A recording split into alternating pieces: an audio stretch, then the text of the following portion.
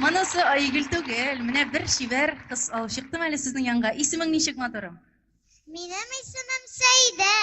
Менә Сәйдә, син шундый зур концертларда инде бер генә тапкыр чыгыш ясамыйсың бит. Ничә яшь сиңа? Миңа 6 яшь. Шундый матур итеп татарча сөйләшә, матур итеп җырлый, күз тимәсен. Сәйдә, син бүген нинди җыр башкарасың Габделфәт абыйның репертуарыннан? Соңгы кыңгырау. Рәхим ит. Сәйдә, соңгы кыңгырау.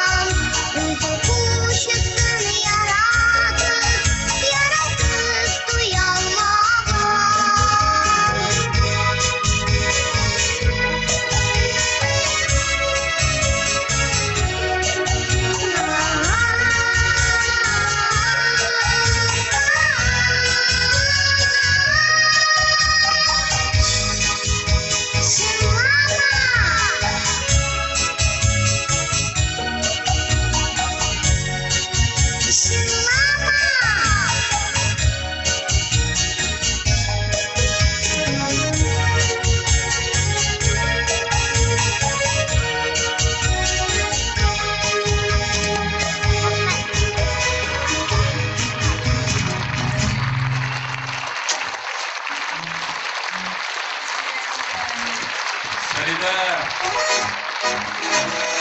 Voy rahmat singlim. Ko'tarib olasizmi? Olib berish kerakmadi? Naqam. Rahmat. Rahmat singlim. Rahmat o'zingga zo'rish.